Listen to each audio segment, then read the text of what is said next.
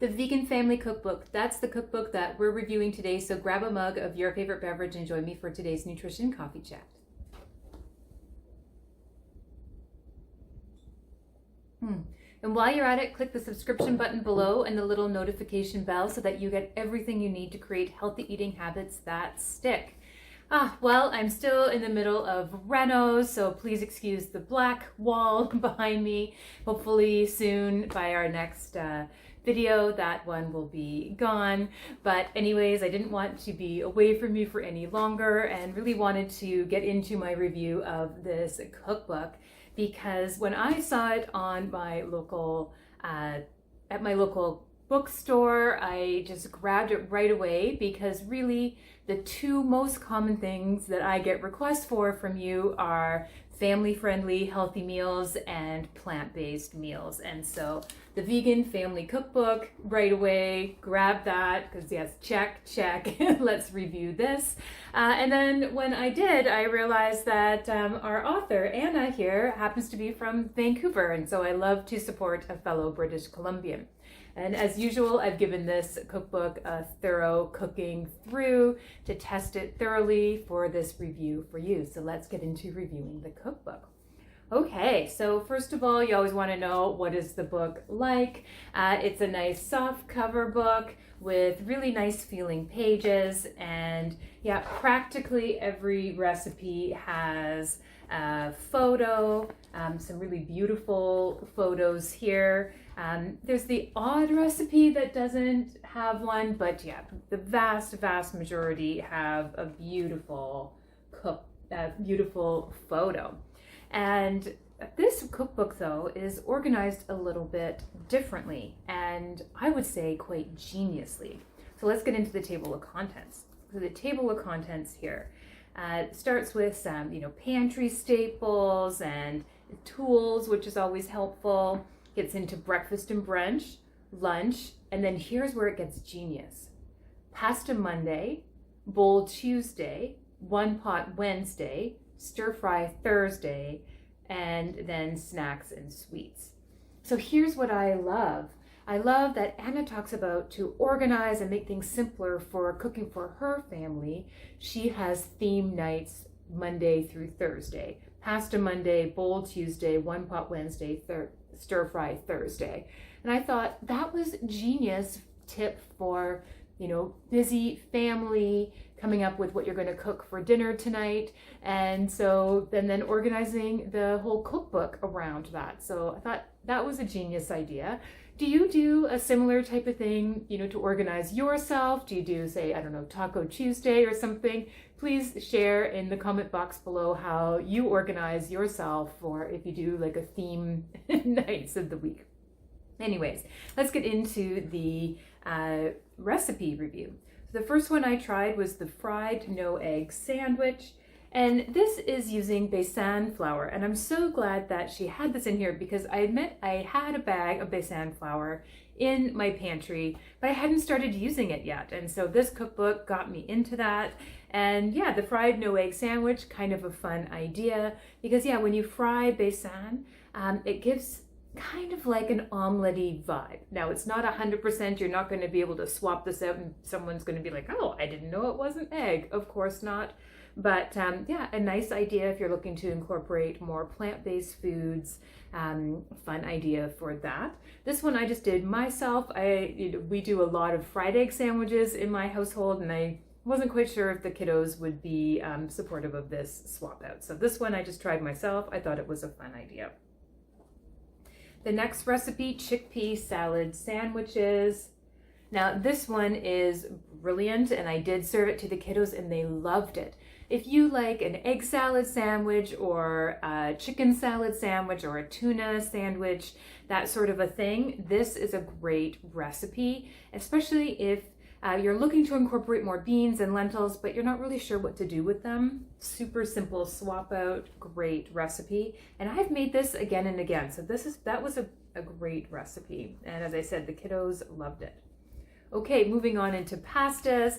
With cooking for kiddos in my household, of course, pasta is frequently on the menu. And this was a hemp cream rosé penne. And I never thought to use hemp hearts in this. I've done cashew-based cream sauces and sunflower-based cream sauces before, but I've never done a hemp-based one. And so this one mixed with the tomatoes, making a rosé sauce. It was delicious. And yeah, it didn't have any of that kind of green grassy flavor from the hemp hearts. I was a little nervous about that, but yeah, everybody in the household loved this. The kids gobbled it up. Great way to be sneaking in the healthiness of hemp hearts in a different recipe. Okay, and then I tried another one because, again, as I said, I love a pasta, the kiddos love a pasta. So this one was the hearty lentil walnut spaghetti. I love a walnut bolognese-esque type of recipe, and so I had to try this one, and yeah, it was delicious. There's some walnuts in there, there's some lentils in there, which I always find is a key for coming up with a good textural hearty sub out for a bolognese.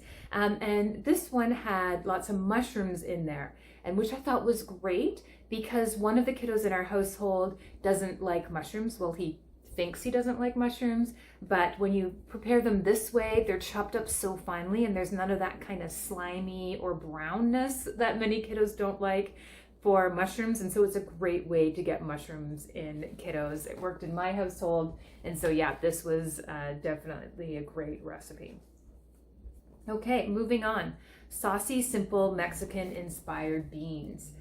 I love a refried bean meal, and so I was happy to explore this one. It was tasty, but I do admit, still a bit of work. I think in the future, I'm just going to keep buying cans of refried beans, fully admit. But nothing wrong with this recipe. It's just when I'm doing that, I'm really looking for like a super, super quick, simple recipe and like meal, dinner idea. And so, yeah, this is nothing wrong with it, but I just don't know that I'm going to be adding it to my repertoire. But hey, if you want to be making your own refried beans, it's a good one. Okay, sheet pan, chickpeas, and cauliflower. Anna mentioned she loves a sheet pan meal. I love a sheet pan meal. Putting everything together on one pan in the oven, bing, bang, boom, done. Love that for a dinner. And yeah, this was delicious. Roasted chickpeas, roasted cauliflower. Love both of those on their own. Can't believe I had never thought of putting them together in a sheet pan meal. So thank you for that idea. Great recipe. Okay, moving along to the next one. Ooh, this is a whole bunch of different just kind of veggie side dishes that she does. Blistered cherry tomatoes with garlic and basil. I did do that one. And I would say this one, a bit mixed. The kiddos, they love a cherry tomato. They love a tomato sauce. They weren't really fans of hot cherry tomatoes. That texture didn't work for a couple of them. It wasn't a big hit. But the flavors were good for myself, so, good. She has talks about slaws on here, cabbage slaw. That is an absolute staple in my house all winter long. And then a grated carrot salad, again, staple in my house all winter long. I love a grated salad, a slaw, a carrot salad, that sort of thing. I talked about it before in other videos if you've been watching my videos for a while. And so I love that in her 1, 2, 3, 4, 5 kind of quick vegetable side dish ideas that she included them in there. Okay, sauces. The sauces, she's got 4 sauces on this page. The one that I tried was the citrus hemp sauce, and it was delicious. And again, mixing hemp hearts with orange juice was brilliant because the sweetness of the orange juice covers that kind of grassiness of the hemp, but it made a creamy sauce, kind of salad dressing type of thing. And so yeah, I'll definitely be doing that one again. And again, the kiddos loved it. Okay, moving next, corn soup with sneaky red lentils. I love red lentils. They cook up so quick and easy. Soup, one of the fastest ways to be making like a bean or lentil dish. And I also love a corn chowder. I grew up eating a corn chowder that of course was dairy based. And so I thought, ooh, a corn chowder and red lentils mixed together. Yes, please. And absolutely this one did not disappoint. It has that creaminess, that hearty kind of warmth that you want in a winter day. And then of course being corn, it's got that sweet flavor. And so yeah, I loved it. It was hit all those nostalgic notes that I was looking for, and also the kiddos liked it too. So again, if you're looking for recipe ideas for like beans, lentils, chickpeas, that pulse food group, but either kiddos or even yourself, you're not that big a fan, this would be a great kind of beginner entry level recipe for that food group. Okay, moving on to more of the snacks and sides. Crispy chickpea flatbread. This one, super easy recipe using the besan flour, and yeah, super yum, loved it. Kiddos, this one I did serve to the kiddos, they loved it, gobbled up right away. And this one I'm keeping in my own Rolodex for later, because I can totally tell if I'm having those kind of like, period, like PMSy cravings for those refined carbs. I think this is totally going to satisfy that craving. And yet, because it's from chickpea flour, it's not going to be super blood sugar spiky, and it's going to have some protein in there, great fiber in there. So it's going to be much healthier option when I'm having that craving for the refined carbs, because really it's not a refined carb, but it hits all those notes that you're looking for. Okay, then into a couple of cookies I tried. This one, a better chocolate chip cookie. In this one, it uses oat flour and tahini in here.